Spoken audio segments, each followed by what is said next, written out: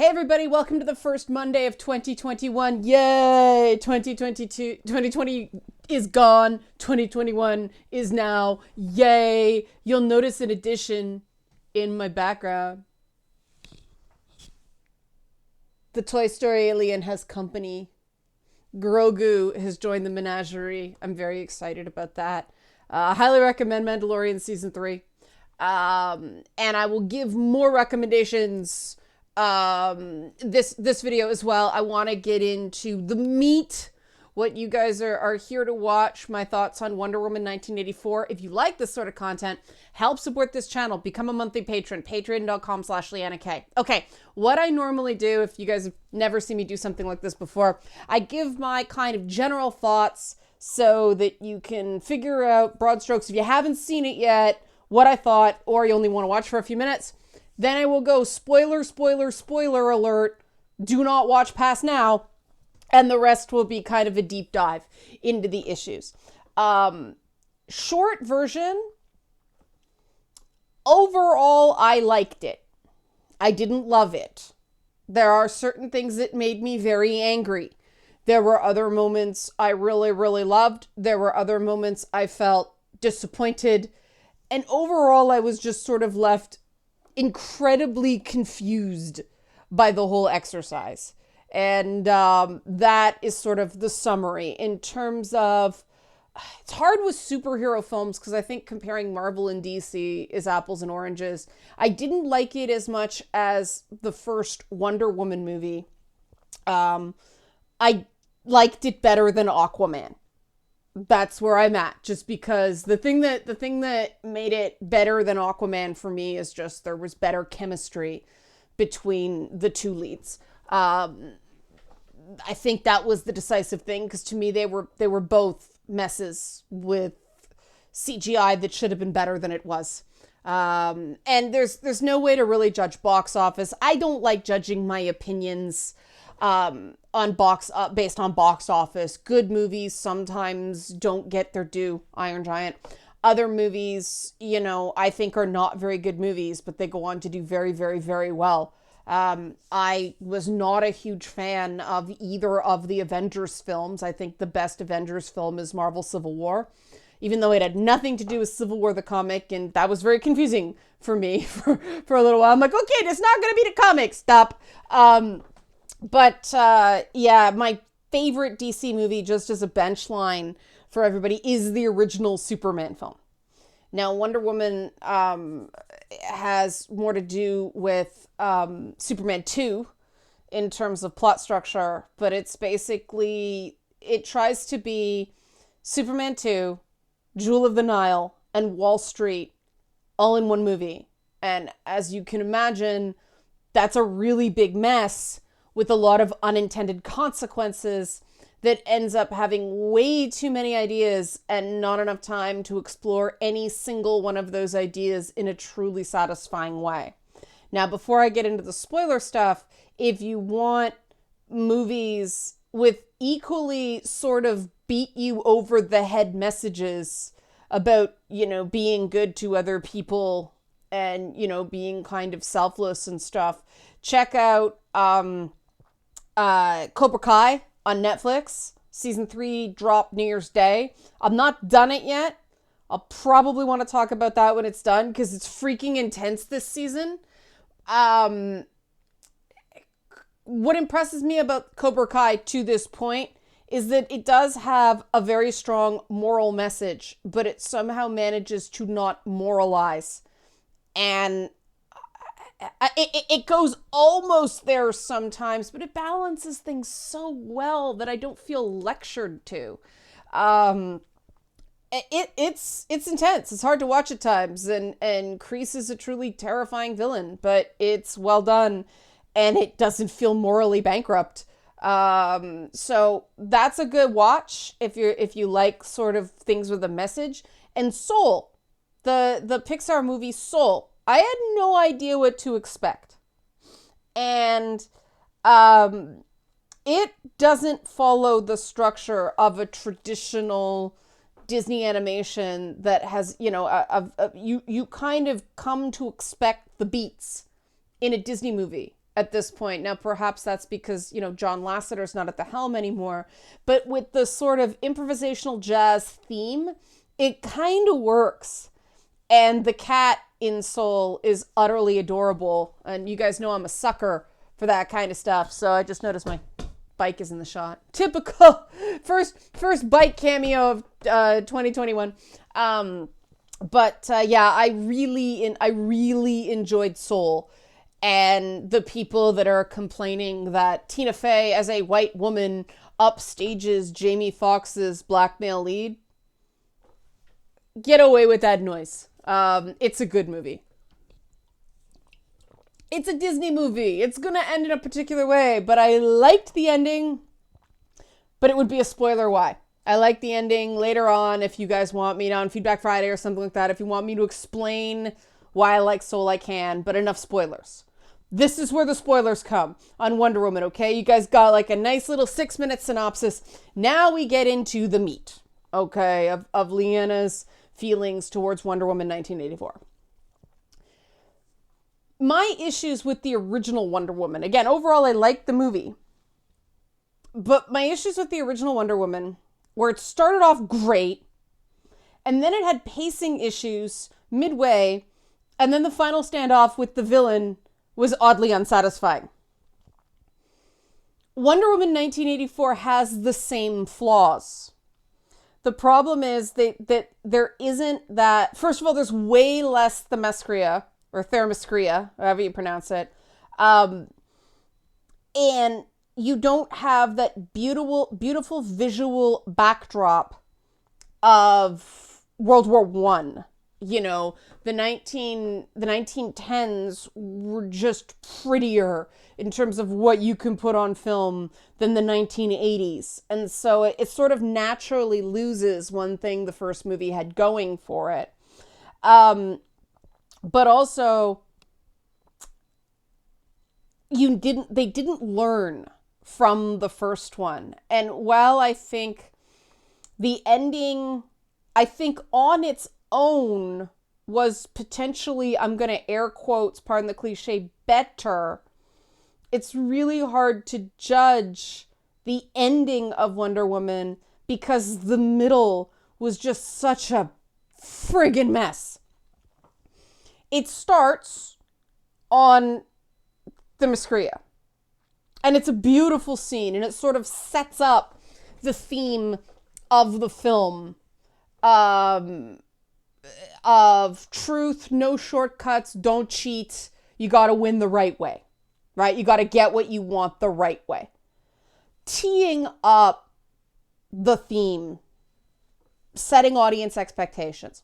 Awesome. It's a superhero movie. She has the lasso of truth. Spot on. And then almost immediately things start to become kind of a mess of plot holes. There's a scene in a mall that's oddly divisive. I enjoyed it because I think I have more of a grounding in those sorts of 80s movies. And so I got some of the beats they were hitting. And yes, the thieves were stupid because the thieves were stupid in 1980s movies. And I'm like, all right, if this is going to be a movie that's sort of set in a 1980s movie universe instead of the actual 1980s, I can deal with that, right? Like I can follow that along as long as it's consistent. But then you get into the question of what 1980s movie are we in here? What type of 1980s movie are we in here? Because you can't do Jewel of the Nile or Romancing the Stone, Wall Street, and Superman 2 all at once. There are just like obvious clashes in those formats that don't work. And the setup with Kristen Wiig as Barbara Minerva, it is very Michelle Pfeiffer as Selena Kyle in Batman Returns, the second Tim Burton Batman movie. It is very similar. Barbara Minerva is chattier. She is nerdier, but it's the same type of character, right?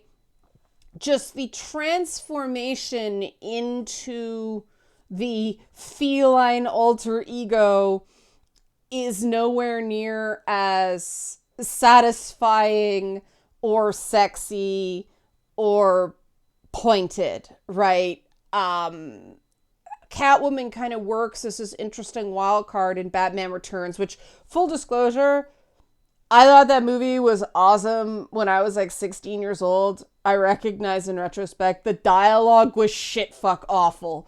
Okay, so I can be, but that's the thing. The dialogue in those in Batman Returns, I maintain that Batman Returns was a better movie than the original Batman. I understand a lot of people don't agree with me, and I understand the reasons why. I just don't think Jack Nicholson made a very good Joker. But I thought, Batman Returns kind of got that moral gray area that Gotham exists in. I just thought the first one was visual spectacle with guns on the Batmobile that made me go like, huh? But the thing about Batman Returns is it started that dual villain Warner Brothers thing that I wish they'd friggin' stop. Because you had like Danny DeVito as a Penguin and then Christopher Walken as Max Schreck, and then you have this sort of anti-hero character of Selena Kyle, and this has been a thing that Warner Brothers has done ever since. They stuff way too many characters into a movie and they all get short shrift. And Wonder Woman 1984 is okay, even with The Mandalorian as Maxwell Lord. I'm kidding. Pedro Pascal's quite good with the material he has to work with. He really fights to make Max Lord work. I don't know if people who don't understand the references they're hitting with those TV infomercials and some of the schlock that he's invoking will enjoy that performance as much as people who it's a bit of a nostalgia kick for, but it's a nostalgia movie. It's unabashed at that. You kind of have to be there. Whether that was a smart financial decision, I'm not sure, because one thing I have heard about the whole thing is that nobody who's seeing Wonder Woman was probably alive during World War I. Therefore, we can suspend disbelief better. I think the exact opposite. I think the 80s as a decade just didn't age as well. And I think people are a little bit tapped out on 80s nostalgia. There's been a lot of it lately. And I think maybe Wonder Woman 1984 just didn't get out the door fast enough. It may have been smarter to actually do a Wonder Woman in the 1970s as the next film, so they could jump from sort of Wonder Woman's inspiration in first wave feminism. The Amazons were named as such because Emmeline Pankhurst's bodyguards were nicknamed the Amazons by the press. And that was a direct inspiration. So, that second wave of sort of Wonder Woman popularity with her appearing on the cover of Ms. Magazine and stuff like that, that might have been a more accurate fit, a more intrinsic, a fit that would hold up better over time. You can go back and watch that original Superman movie and go, this is still a good movie for what it is. I don't think when Trump derangement syndrome dies down, people are going to have the same fond feelings about Wonder Woman 1984. Again, I like the themes they were going for. I just think it was a little on the nose. And I thought that some of the sort of overarching themes got lost in that we're going to do Wall Street with magic and replace Gordon Gekko with a Donald Trump type figure.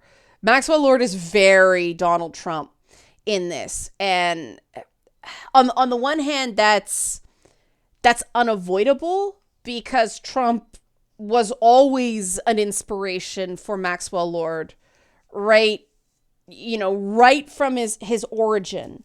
And that's part of the problem, I think, with the movie, the way it's set up. Instead of doing what Tim Burton did with Penguin and Catwoman and completely rethink them and bring a new version. So it's like, all right, if you liked the sort of 1960s, like Eartha Kitt Catwoman, you still can.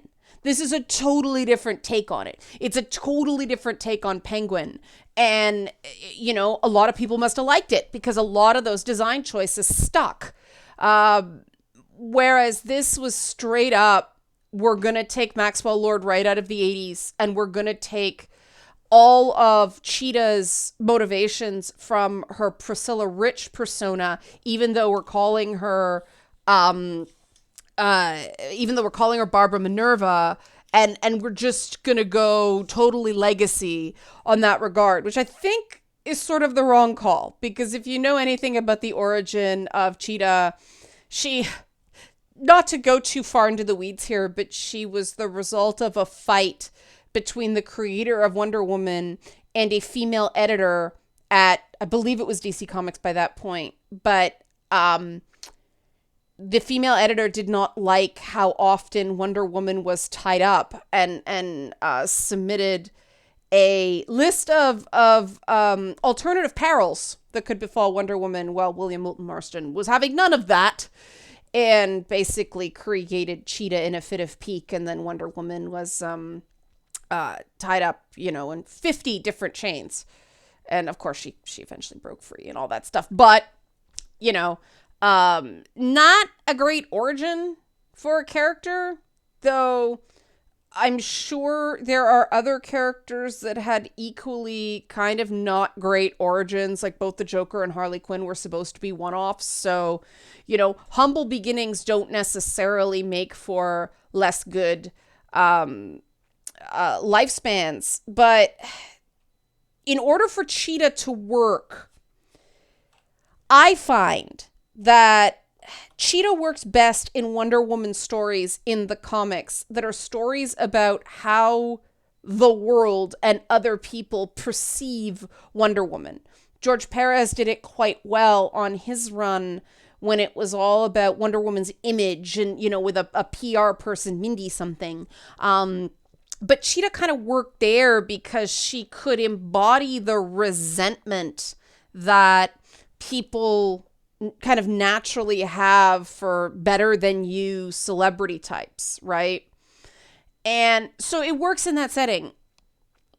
They don't have that in this movie because they make Wonder Woman both the girlfriend in her own movie and, I would maintain, kind of the bad guy in her own movie. Yes, Maxwell Lord is the villain, but Maxwell Lord kind of gets redeemed at the end.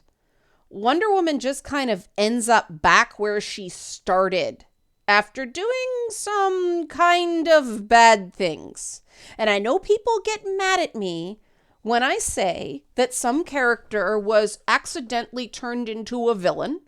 People went crazy on me when I said that's what happened in Mortal Kombat with some characters. But hear me out, okay? Yes, Maxwell Lord manipulates a lot of people. I don't know why he's not in jail at the end of the movie. I admit that. Remember I said I was left very confused? That's one of the things that left me very confused. Maxwell Lord's ending. That's when I'm like, wow, this is a Maxwell Lord film featuring Wonder Woman. This is not a Wonder Woman movie. Because yes, I think we all feel for his motivation where he's trying to create a better life for his son because he's running as fast as he can from the trauma in his past. That's a far more understandable, relatable motivation than pining over a boy you knew for a hot minute and haven't been able to get over in 70 fucking years. In case anybody's interested, and I get into more of this in the Broken Clock podcast we do in this episode, the way I would have done this movie is had Wonder Woman mourning the loss of Etta Candy, who's finally passed away from old age. And she meets Barbara Minerva, and she feels the sort of kinship with Barbara as this interesting, quirky, woman of her age, the same way she felt with Etta, and either have Barbara be the sidekick and have her become Cheetah in a third movie, or have it not go the way it did with Etta, because you can't recreate those friendships. I really think that somebody, at least, putting myself in those shoes, losing a friend of 80 years would hit a lot harder than a guy I knew during the war for a few months who happened to die like a lot of other men did during World War I. I never bought in to that being the great tragedy of her life. For one, Wonder Woman is just not heteronormatively oriented that way. She's not raised in a culture that expects people to pair off, though I don't buy for a second there aren't romantic relationships on Thermoscrea, okay? But I just think that the meaningfulness of a decades-long friendship that is barely touched on in this movie does a disservice to friend love. The way you love your really close friends, your like co-adventurers in life. As they throw that away. They minimize how important that is in exchange for this very pat love story that ends up kind of icky and gross. Because instead of just having Steve Trevor come back as Steve Trevor, they have him come back in another dude's body. And this is where the entire movie, to me, just falls apart in a morass of apparent rewrites. I did a lot of research on whether, and I'll try not to trigger anybody with the language I use here, okay? Because it is, a friend of mine got very badly triggered by this element of the movie. What happens to that dude that Steve Trevor is inhabiting is no different than having sex with somebody while they are unconscious. In Canada, at least, that's a crime. If you are so drunk that you don't know what you're doing, or you are unconscious, that's sexual assault. Really simple. Now, in the 1980s, it's a checkerboard, right?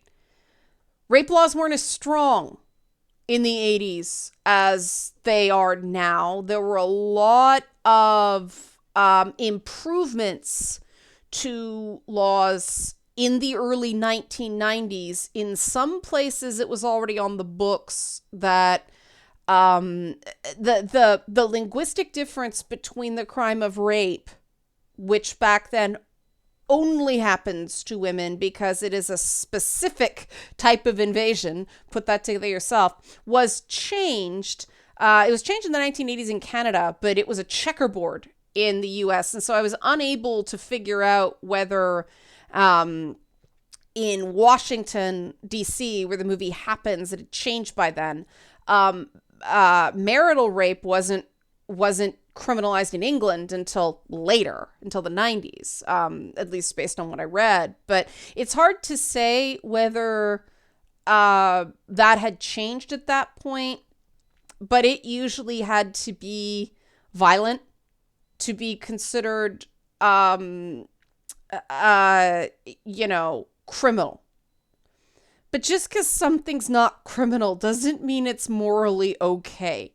And I don't think they made enough of the intensity of the transgression of not only Wonder Woman and Steve Trevor fooling around with another dude's body, but also using that body to fly to Bialya, which is a fictional DC place that's sort of in the area of Egypt, and use that body to do high-speed car chases and illegal flights and get shot at and all that good stuff, right? Like, he was risking a life and limb that was not his, and she was going along with it. So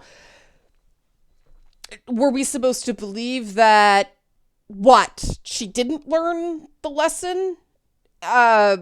Antiope and Hippolyta tried to teach her at the beginning of the movie. We could have used another Thermoscria scene to kind of make that make sense more. Also, Thermoscria is gorgeous, so please, more of that. But this was at the point of the movie I was like, so, you know, it's sexual assault of the body snatchers. And then they get into the plane, and she's the passenger. And I'm like, fuck my God, I should be loving this scene. It's the invisible plane, right? But she's a passenger. And I turned my brain off about he'd be able to figure out the controls on a plane 70 years later. I'm sure they looked very different, and she didn't even have to help him. You know, nobody had to help him. Stretch disbelief, but okay. But she was a passenger in the invisible plane. And then they get to Bialya, and she's a passenger in the car. And okay, she went and did like the badassery after that, but she was a passenger. She was a passenger. And I'm like, and she never stopped being a passenger in her own movie from that point forward. And because think about it, like Cheetah gets the big, I want to be an apex predator speech. Maxwell Lord has that more, why not have more? He has all those moments that were way too Lucifer. Way too, like, you don't come close to what do you desire, right? With Netflix having Lucifer be a thing now, especially when most people are going to be streaming the movie. Way too close. Max Lord, you know, what do you wish for? It's the same shtick. Like, what? What? That was never Maxwell Lord shtick. That was a graft on, and it was a ripoff of Lucifer. And I at that point, I'm just, you're asking me to forgive too much. But, you know, then they hype up the, I'll always call it the Kingdom comma armor, right? Because I'm an old nerd. But they hype up it's the strongest armor ever made, and it fought off all these like warriors so the Amazons could escape, and it falls apart in 5 minutes. Like, I'm like, okay, it's old, but still, that was a letdown. Now, apparently part of it is that armor was 44 pounds, and Gal Gadot, I don't think, is even 3 times that. So that's a lot of weight to put on a little lady like that, though she's pretty strong. But then Cheetah has all these moments, and Wonder Woman's just like getting bloodied up and shot because they depowered her. And I was hoping that it was they depowered her because she was engaging in deception. She was not seeing things, as she was actually doing things that were kind of evil, and so her power was linked to truth. Okay, no, it was just a trade-off for a monkey paw wish. And then, who makes the choice that, no, we can't do this anymore? Not Wonder Woman, Steve fucking Trevor. And I'm like, you're shitting me. All she has to do is do what she's told and walk away. He makes the choice. Again, passenger. And then we get to that scene where, to me, it would have been a great loving submission scene if everything to that point hadn't been a hot mess. But now all of a sudden we have to believe once again that Wonder Woman is some kind of moral superior being because she listened to a boy when he told her what to do. I know I'm being facetious here and I know I'm exaggerating, but this is what pissed me off. Okay? Because I said overall I liked the movie, but remember I said parts of it made me very, very angry? This is why. It got in the way of what should have been more enjoyable for me, because I'm just like, I cannot forgive this many foobars. Okay? I think that the Steve Trevor scenes were probably rewritten at some point, because in one scene, Diana seems very, very sure that Meat Suit Man does not have a passport.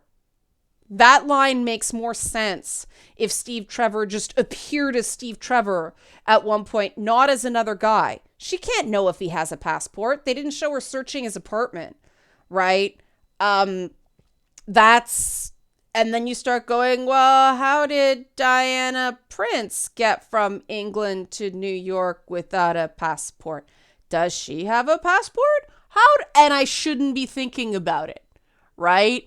But then we get to the big ending, and I want to love it, right? I want to. It's so Wonder Woman, and Gal Gadot nails that scene. She doesn't overdo it.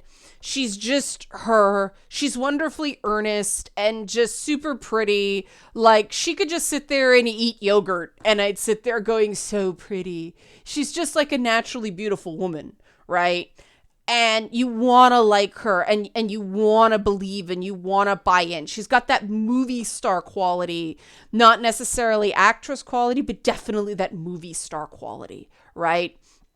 But I keep sitting here thinking, well, you're telling, everybody else what to do, and you're supposed to believe that, well, that's because she had to do something really hard, but she didn't make the choice. And I really felt like that, and I mean, okay, this is why they rushed to get the movie out now instead of waiting until after Biden was inaugurated. Because let's face it, that ending monologue is basically about Trumpism. And at that point, it's like, I would have preferred this be more of a universal thing than a commentary on what's been happening in the last 4 years. Or so-ish.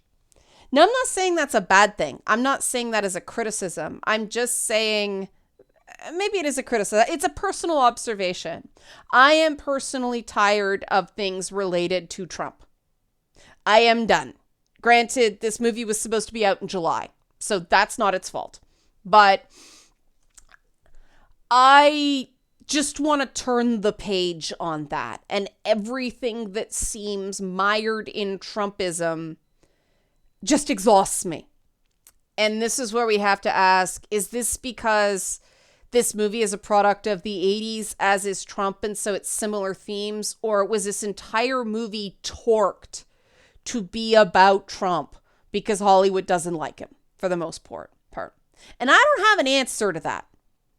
And I don't want to have to think about that, right? Because, yes, movies tend to be about the times they're made in.